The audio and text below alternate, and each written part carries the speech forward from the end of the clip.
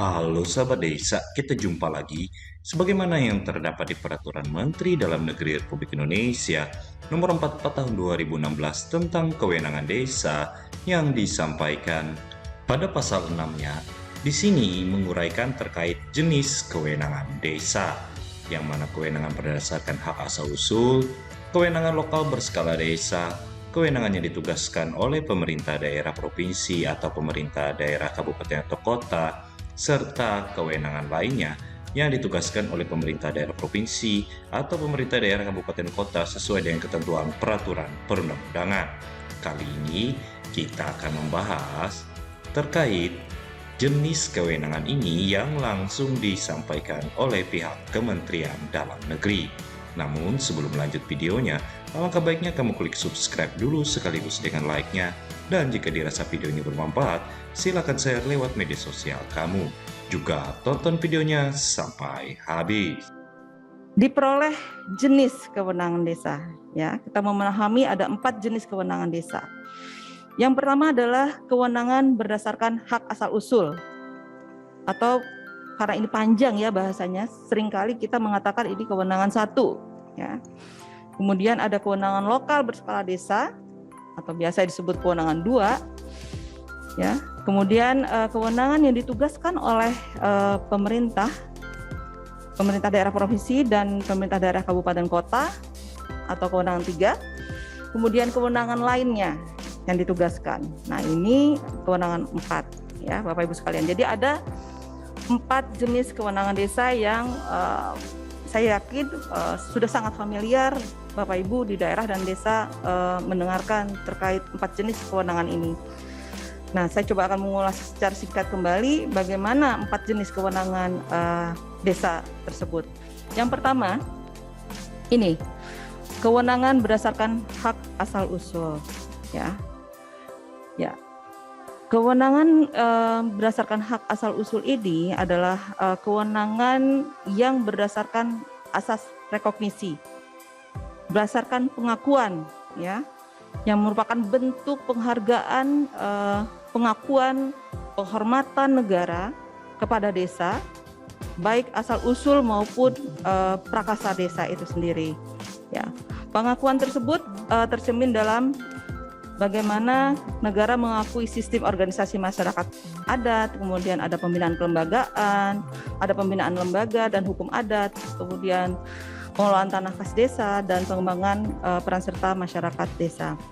Nah, untuk kewenangan berdasarkan hak asal-usul ini, pembiayaannya itu dibebankan kepada APBDes, ya, APB desa. Dan kewenangan ini sifatnya diatur dan diurus oleh desa. Ya. Kemudian yang kedua, kewenangan lokal berskala desa. Ya. Kewenangan lokal berskala desa ini berazaskan subsidiaritas, ya. Artinya kewenangan mengatur dan mengurus kepentingan masyarakat desa yang telah dijalankan oleh desa dan mampu dan efektif dijalankan oleh desa. Ya. Kewenangan berdasarkan asas subsidiaritas ini menempatkan menetapkan kewenangan berskala lokal dan pengambilan keputusan secara lokal itu oleh desa, gitu ya, untuk kepentingan masyarakat desa, kecuali desa memang tidak mampu menyelesaikannya. Kemudian baru supra desa dapat turun tangan membantu penyelesaian pelaksanaan kewenangan tersebut, ya. Jadi kewenangan yang berdasarkan lokal berskala desa ini, ya, intinya adalah pembangunan dan pemberdayaan masyarakat desa itu dapat dilakukan oleh desa, gitu ya. Desa sendiri yang mengurus, desa sendiri yang mengatur, desa sendiri yang memutuskan persoalan-persoalan tersebut berdasarkan kondisi, kemampuan, potensi, dan dan terkait dengan bagaimana lingkungan desa itu sendiri. Ya, salah satu contohnya adalah pembuatan jalan desa. Ya, pembuatan jalan desa ini merupakan kewenangan lokal berskala desa. Artinya desa dianggap mampu dan memang mampu, ya, terbukti mampu untuk melaksanakan pembangunan jalan desa itu. Ya, sehingga tidak perlu supra desa, tidak perlu kabupaten yang harus turun untuk melakukan jalan desa. Nah, bayangkan jika pembangunan jalan desa itu juga harus harus menjadi tanggung jawab kabupaten ya, kabupaten kota. Entah kapan gitu ya Bapak Ibu sekalian jalan desa itu akan dapat diselesaikan. Nah, kewenangan lokal berskala desa ini dari segi pembiayaan itu didanai terutama oleh APBDes ya, namun dapat juga dibiayai oleh APBD maupun APBN. Ya. Terkait kewenangan lokal berskala desa, Bapak Ibu sekalian, ada beberapa hal yang ingin saya highlight ya. Pertama adalah bahwa kewenangan lokal berskala desa itu merupakan kewenangan yang lahir untuk menghormati desa yang selama ini telah dan mampu melaksanakan urusan-urusan desa maupun prakarsa desa ataupun masyarakat desa secara efektif ya, sesuai dengan kepentingan masyarakat setempat. Lagi-lagi digarisbawahi bahwa kewenangan lokal berskala desa ini adalah demi kepentingan masyarakat setempat ya, sesuai dengan kemampuan desa itu sendiri, kebutuhan masyarakat desa itu sendiri dan kondisi lokal desa. Kemudian kewenangan lokal berskala desa juga dapat muncul karena keberhasilan pelembagaan program pemerintah ke dalam sistem desa. Contoh adalah Posyandu. Posyandu sebenarnya kan itu program dari atas ya, dari Supra kabupaten gitu ya, dari pusat. Nah, namun ternyata dalam pelaksanaannya desa itu mampu mengelola, mampu menjalankan secara efektif ya terkait dengan pengelolaan Posyandu, sehingga Posyandu itu bisa menjadi kewenangan lokal berskala desa dengan catatan Posyandu itu memang sudah diserahkan kepada desa untuk pengelolaannya. Kemudian kewenangan lokal berskala desa ini menegaskan bahwa urusan atau masalah skala lokal desa ini seharusnya diurus oleh desa sendiri. Ya, seperti yang saya sampaikan tadi, urusan-urusan berskala lokal desa itu seharusnya diurus oleh desa, ya, dan efektif diurus oleh desa. Nah, jenis-jenis kewenangan lokal berskala desa ini bisa sangat beragam, ya, tergantung pada kondisi masing-masing desa. Jadi dalam menyusun kewenangan lokal berskala desa, di tiap desa itu sebenarnya beragam dan berbeda-beda. Nah, kami berharap teman-teman desa ya yang sudah menyusun kewenangan desa berdasarkan hak asal usul maupun lokal berskala desa yang sudah ditetapkan Perdes ini, mohon maaf sekali jangan sampai perdes-perdes terkait kewenangan ini seragam, bahkan mungkin di beberapa tempat kami melihat, mohon maaf, ada copy paste ya. Jadi dalam satu kabupaten perdesnya sama semua isinya. Padahal kondisi setiap desa itu tentunya berbeda-beda. Mungkin secara umum ada beberapa hal yang memang sama gitu ya. Tapi dalam hal-hal tertentu desa harus cermat melihat itu. Apa yang menjadi persoalan desanya, kebutuhan desanya, sehingga dalam menyusun perdes kewenangan ini betul-betul disesuaikan dengan kebutuhan desa. Selanjutnya, ya.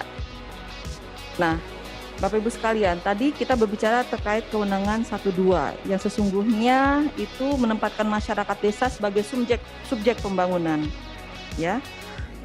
Membangun desa itu sesungguhnya adalah ada pada kewenangan 1/2 ini, sehingga desa diberikan kewenangan untuk mengatur, mengurus urusan yang berkaitan dengan kepentingan masyarakat setempat. Desalah yang menjadi pihak pertama dan utama dalam mengurus dan mengelola seluruh persoalan desa dan bertanggung jawab penuh terhadap pembangunan dan pengelolaannya. Selanjutnya, kita berbicara terkait dengan selanjutnya ini tata cara pelaksanaan kewenangan desa berdasarkan hak asal usul dan kewenangan lokal berskala desa. Ya, ini adalah tata cara dalam penyusunan peraturan bupati dan peraturan desa yang terkait dengan kewenangan desa. Langkah pertama, ya, ini sumbernya adalah Permendagri 44 tahun 2016.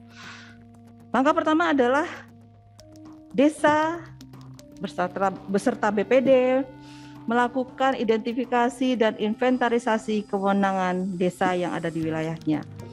Ya, itu bisa dilakukan melalui musyawarah desa. Ya, kemudian kewenangan ini diusulkan oleh kepala desa kepada bupati, ya, sebagai dasar bupati untuk menyusun rancangan perbub tentang daftar kewenangan desa.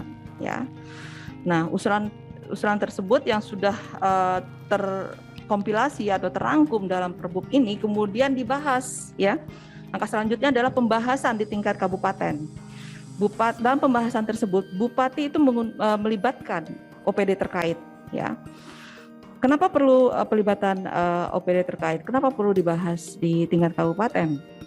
Nah, ini untuk menjaga, untuk mencek dan dicek jangan sampai kewenangan yang diusulkan oleh desa itu ternyata sesungguhnya adalah kewenangan kabupaten, gitu, ya. Nah, ini dilihat kembali oleh bupati, ya, beserta OPD-OPD-nya. Dan kemudian setelah pembahasan itu clear di tingkat kabupaten, langkah selanjutnya adalah Perbup itu dikonsultasikan kepada provinsi. Sama seperti di kabupaten, di provinsi pun dilakukan pembahasan, dicek kembali, ya. Apakah ada kewenangan-kewenangan diusulkan itu sesungguhnya adalah kewenangan dari provinsi, gitu. Ya. Dan setelah clear di provinsi, pembahasan atau konsultasi di provinsi ini oleh provinsi, rancangan perbuk itu dikoordinasikan dengan Kementerian Dalam Negeri, ya. Nah, ini untuk melihat apa? Sama untuk melihat, ya, apakah ada kewenangan-kewenangan yang diusulkan dalam daftar kewenangan desa yang sesungguhnya itu merupakan kewenangan pusat, ya. Nah, setelah semuanya selesai, setelah semuanya clear, Kementerian Dalam Negeri akan mengeluarkan berita acara persetujuan terhadap rancangan peraturan bupati tersebut, dan berita acara tersebut menjadi dasar oleh gubernur untuk menerbitkan rekomendasi persetujuan penetapan dan perbub. Rekomendasi ini kemudian menjadi dasar bagi bupati untuk menetapkan perbub tentang daftar kewenangan desa. Dan kemudian perbub ini dilakukan sosialisasi kepada desa, ya, untuk kemudian ditindaklanjuti oleh desa dengan menetapkan peraturan desa tentang kewenangan desa. Nah, Bapak Ibu sekalian, perbub tentang daftar kewenangan desa ini sifatnya adalah daftar, gitu, ya. Sifatnya adalah menu. Nah, ini adalah menu-menu kewenangan desa yang dihimpun oleh bupati, ya, yang kemudian ketika desa menindaklanjuti dalam penyusunan perdes itu, desa tidak serta-merta mengambil keseluruhannya itu dan menuangkan di dalam perdes, ya, tapi disesuaikan dengan situasi dan kondisi serta kebutuhan lokal desa. Misalkan ada satu desa, dia punya irigasi, desa ini tidak punya irigasi, dan dalam daftar kewenangan desa tentunya pengelolaan irigasi itu termasuk di dalam daftar. Namun karena tidak adanya penyesuaian terhadap situasi dan kondisi di desa, seringkali kami melihat daftar kewenangan itu plek, gitu, ya, dimasukkan ke dalam peraturan desa. Nah, hal ini yang menjadi catatan kita semua dan perlu evaluasi selanjutnya. Nah, kemudian slide selanjutnya, di sini saya ingin mengatakan bahwa ketika bupati atau kabupaten menetapkan perbub tentang daftar kewenangan desa, jangan sampai, mohon maaf, hanya Dinas PMD saja yang terlibat dalam penyusunan daftar kewenangan desa. Namun di tingkat kabupaten dalam penyusunan perbub daftar kewenangan desa, di situ paling tidak ada OPD yang menangani desa, dalam hal ini Dinas PMD dan juga ada di Biro Pemerintahan atau bagian pemerintahan ya. Kemudian juga OPD terkait ya, yang memiliki program kegiatan yang berbasis desa, dan juga ada pemerintah desa itu sendiri ya. Ini pelibatan-pelibatannya ya. Kemudian di tingkat desa ketika menyusun peraturan desa itu ada pelibatan pemerintah desa, BPD dan masyarakat desa itu sendiri ya, Bapak Ibu sekalian. Jadi itu yang ingin saya garis bawahi terkait dengan proses penetapan kewenangan desa, baik itu Perbub maupun Perdes. Selanjutnya kita beralih pada kewenangan penugasan Bapak Ibu sekalian yang mengacu pada Undang-Undang Desa ya. Kalau kewenangan 1-2 itu memang lebih banyak mengacu pada Undang-Undang Desa, dan untuk yang kewenangan penugasan kita juga harus lebih banyak melihat ke Undang-Undang 23 tahun 2014 tentang pemerintahan daerah ya.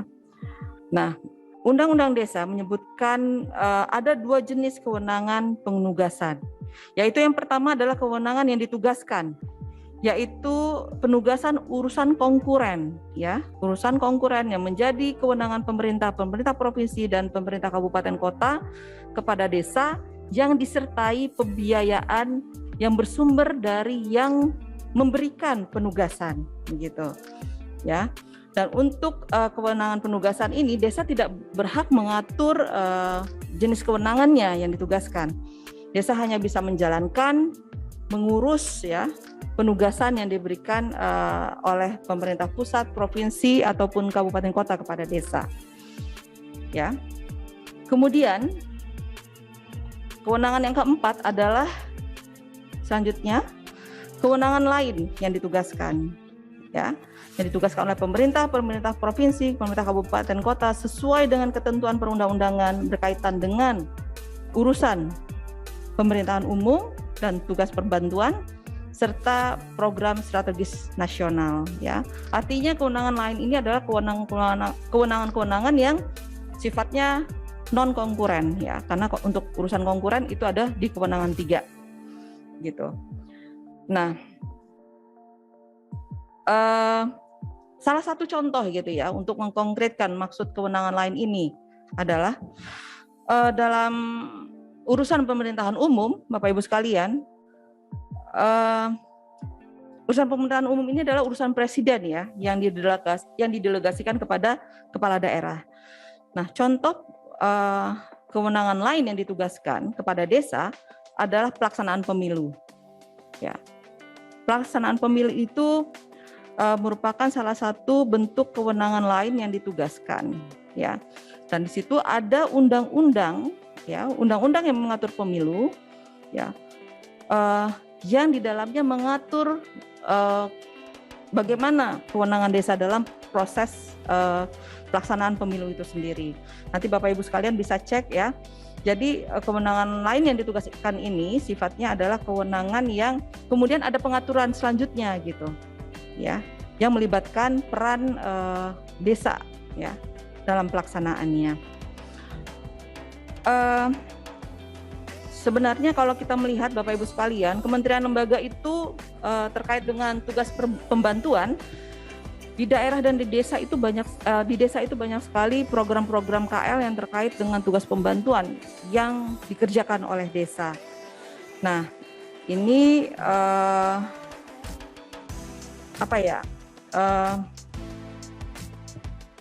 seharusnya ya, sesungguhnya, dan ini koreksi buat kami di Kemendagri ya, koreksi dari untuk kami di Kemendagri, seharusnya program-program tersebut ya, tugas-tugas pembantuan yang kemudian dilimpahkan kepada desa itu harus dikoordinasikan ya, harus dikoordinasikan.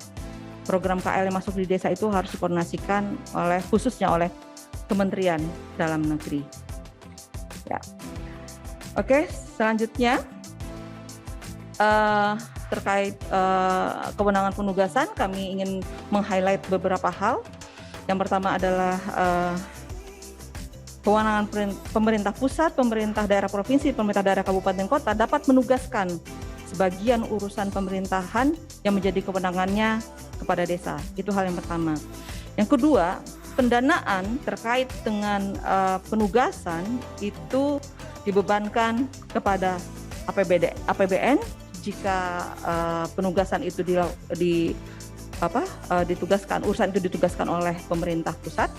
Kemudian dibebankan kepada APBD provinsi jika itu ditugaskan oleh provinsi, dan kemudian dibebankan kepada APBD kabupaten kota jika itu menjadi kewenangan kabupaten kota yang diserahkan kepada desa. Dan kemudian pemerintah desa dalam pelaksanaan penugasan bertanggung jawab kepada yang menugaskan, ya. Demikian Bapak Ibu sekalian.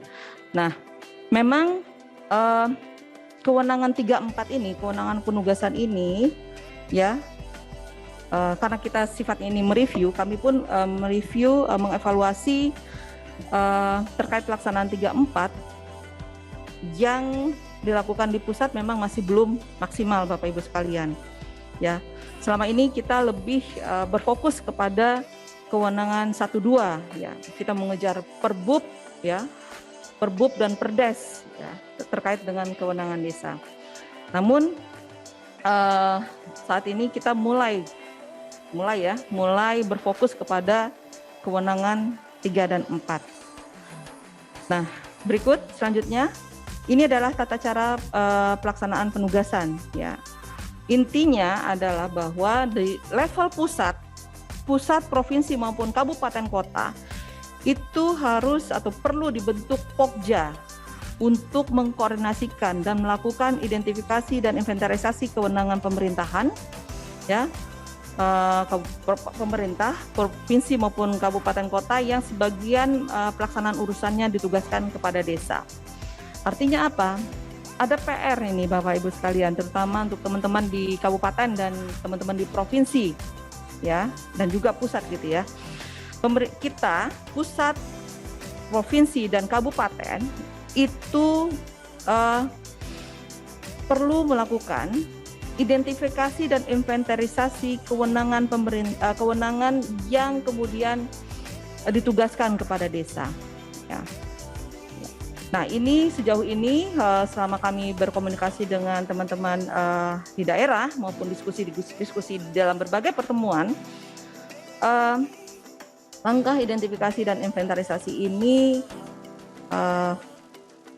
belum kami temui, ya, belum dilakukan oleh daerah, dan ini mudah-mudahan saya salah, tapi sejauh ini kami melihat hal ini belum dilakukan. Pokja belum terbentuk, identifikasi belum terbentuk. Jadi provinsi dan kabupaten kota bahkan tidak tahu itu program kementerian lembaga yang masuk ke desa-desa di wilayahnya, ya, tidak terkontrol, tidak terkoordinasi, tidak terkendali gitu.